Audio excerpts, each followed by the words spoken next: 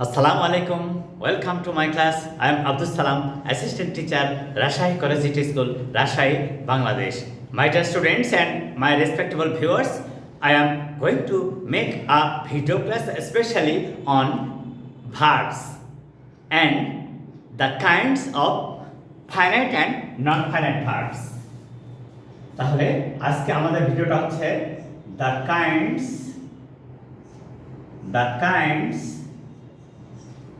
of finite and non-finite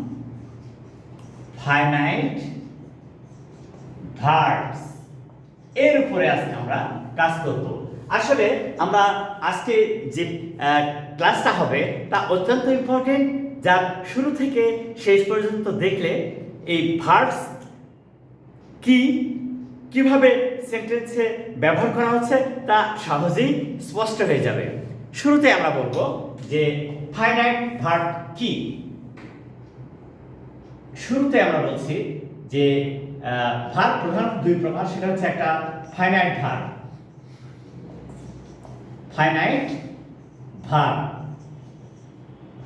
আচ্ছা, এই যে ফাইনাইট ভার্বের কথা বলা হলো সেটা কি? ইংলিশে একটা ওয়ার্ড আছে যাকে বলছে ফিনিশ, অর্থাৎ শেষ করা। ফাইনাইট ভার্বটা হচ্ছে সেই ভার্ব যা সেন্টেন্সে কাজ শেষ করে, তবে সেন্টেন্সের সাবজেক্ট এর নাম্বার পার্সন এবং ওই সেন্টেন্সের টেন্স এর গঠন অনুযায়ী ওই ভার্ব চেঞ্জ হতে পারে, তাই একে বলা হয় ফাইনাইট ভার্ব। যেমন আমরা একটা উদাহরণ দিলে প্রমাণ হয়ে যাবে যে I want a pen, এটা হচ্ছে সাবজেক্ট, ফাইনাইট ভার্ব, অবজেক্ট। এই যে এই ফাইনাইট ভার্ব এটা এই জন্য হলো এই সেন্টেন্সের অর্থ সম্পূর্ণ করার জন্য অন্য কোনো ভার্ব প্রয়োজন হচ্ছে না, শুধুমাত্র এই ওয়ান্ট ভার্বটা ব্যবহার করে আমরা সেন্টেন্স কমপ্লিট করলাম। এবার দেখো তো,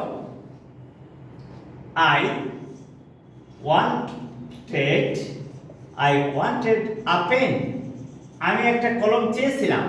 আচ্ছা, সাবজেক্ট, ফাইনাইট ভার্ব, অবজেক্ট। এবারে এইটাও দেখো যে শুধুমাত্র সাবজেক্টের পরে ভার্বের চেঞ্জ হলো কেন? এটা সিম্পল প্রেজেন্ট টেন্স তাই ওয়ান্ট হলো, আর এটা সিম্পল পাস্ট টেন্স তাই ওয়ান্টেড হলো, কিন্তু ভার্ব কিন্তু একই ভার্ব সেন্টেন্সের সাবজেক্ট এর নাম্বার পার্সন ও টেন্স অনুযায়ী চেঞ্জ হচ্ছে, তাই এটা হচ্ছে ফাইনাইট ভার্ব। আবার দেখো, she makes a new plan, she subject, makes finite verb, a new plan এটা হচ্ছে অবজেক্ট। তাহলে আমরা সহজেই বিষয়টা দেখলাম যে সাবজেক্ট ফার্স্ট পারসন, তাই তারপরে ভার্বের বেস ফর্ম হলো প্রেজেন্ট টেন্সে, সাবজেক্ট ফার্স্ট পারসন হোক আর থার্ড পারসন হোক, পাস্ট টেন্সে ভার্বের পাস্ট ফর্মে হয়, পাস্ট টেন্সে ভার্বের পাস্ট ফর্ম হবে, এটাই নিয়ম।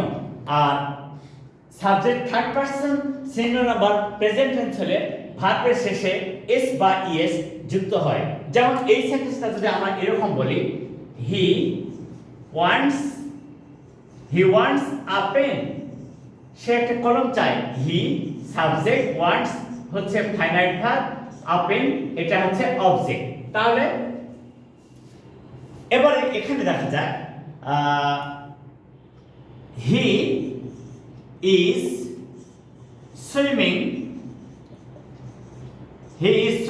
in the pond।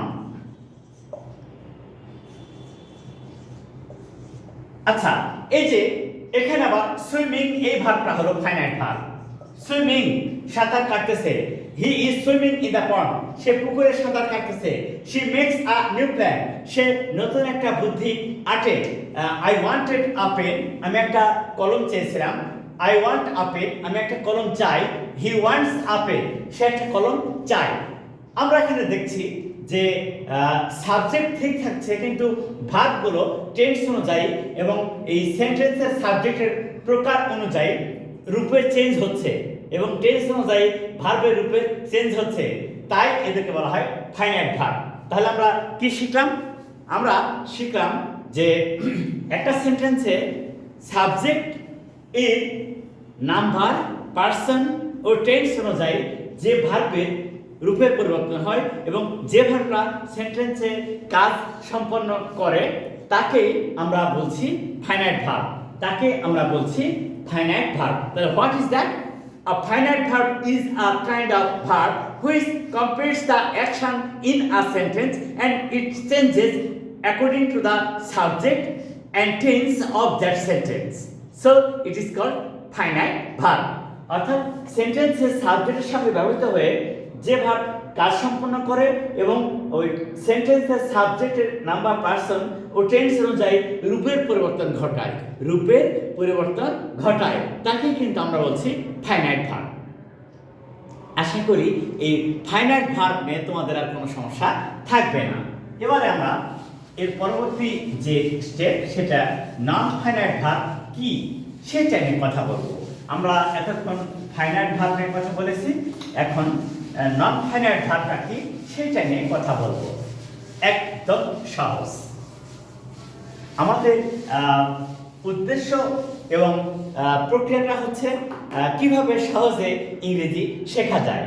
ইংলিশটা যে একটা language, just like Bangla, we can speak Bangla nicely following some rules and sometimes without following any rule.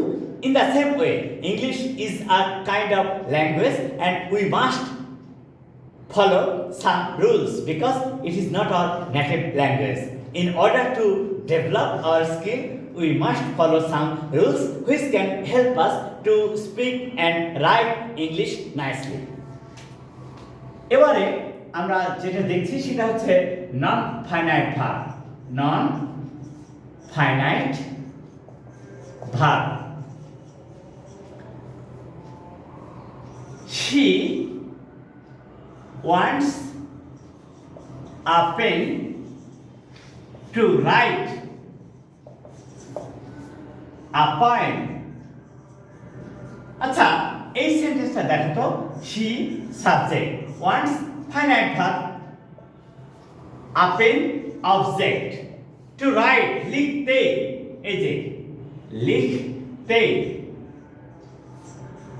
লিখতে, এই যে বাংলা বাক্যে তে যুক্ত আছে ক্রিয়ার সাথে, এটা হচ্ছে নন ফাইনাইট ভার্ব। একে আবার ইনফিনিটিভ বলা হয়, ইনফিনিটিভ। এই যে আমরা সহজে বুঝতে পারবো যে কত সহজে এটা লেখা যায়। তাহলে আমরা কি বলছি যে নন ফাইনাইট ভার্বস কি? যে ভার্ব সেন্টেন্সে ব্যবহৃত হয়ে কোনো প্রকারে সাবজেক্ট যেটাই হোক, টেন্স যাই হোক, কোনো প্রকারে চেঞ্জ হতে পারে না, তাকে বলবো আমরা নন ফাইনাইট ভার্ব।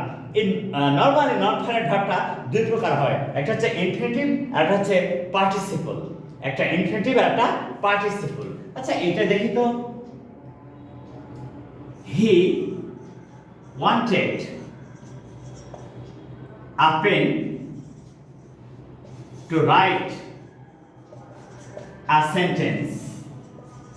আচ্ছা, এখানে আমরা ফলো করি subject, finite verb, object, to write, এই যে টু প্লাস ভার্ব, এটা হচ্ছে নন ফাইনাইট ভার্ব। এটা কিন্তু চেঞ্জ হলো না।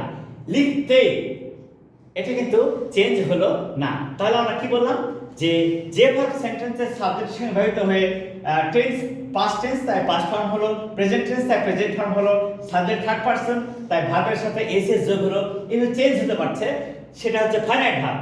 আর এই নন ফাইনাইট ভার্ব কোনো ক্রমে চেঞ্জ হতে পারছে না।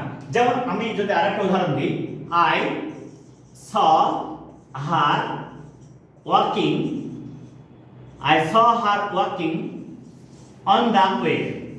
On the way, আমি তাকে রাস্তায় হাঁটতে দেখলাম। আচ্ছা, I saw her, আমি তাকে দেখেছিলাম ওয়াকিং অন দ্য ওয়ে, রাস্তায় হাঁটতে। এইটা হচ্ছে ফাইনাইট ভার্ব আর এটা হচ্ছে নন ফাইনাইট ভার্ব। কারণ এটা কোনো ক্রমে চেঞ্জ হবে না। যেমন এবার দেখো